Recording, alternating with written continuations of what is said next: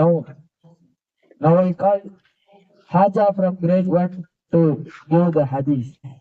Assalamu alaikum warahmatullahi wabarakatuh.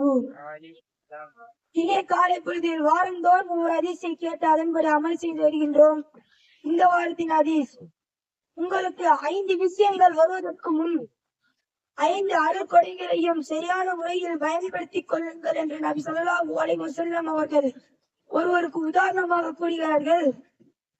அந்த 5 அருள்கொடைகள் என்னவென்றால், முதுமை வருவதற்கு முன் இயற்கையை பயன்படுத்திக் கொள்ளுங்கள், நோய் வருவதற்கு முன் உடல் ஆரோக்கியத்தை பயன்படுத்திக் கொள்ளுங்கள், வறுமை வருவதற்கு முன் செல்வங்களை பயன்படுத்திக் கொள்ளுங்கள்,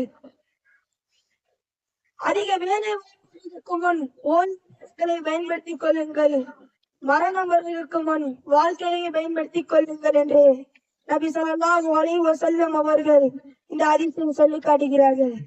எனவே இந்த ஹதீஸை அமல் செய்து வரக்கூடிய பாக்கியத்தை வல்ல ரஹ்மான் உங்களுக்கும் எனக்கும் தந்த அருள் புரிவானாக. வாஹித் அல்ஹம்துலில்லாஹி ரப்பில் ஆலமீன். அஸ்ஸலாமு அலைக்கும் வரஹ்மத்துல்லாஹி வபரகாத்துஹு.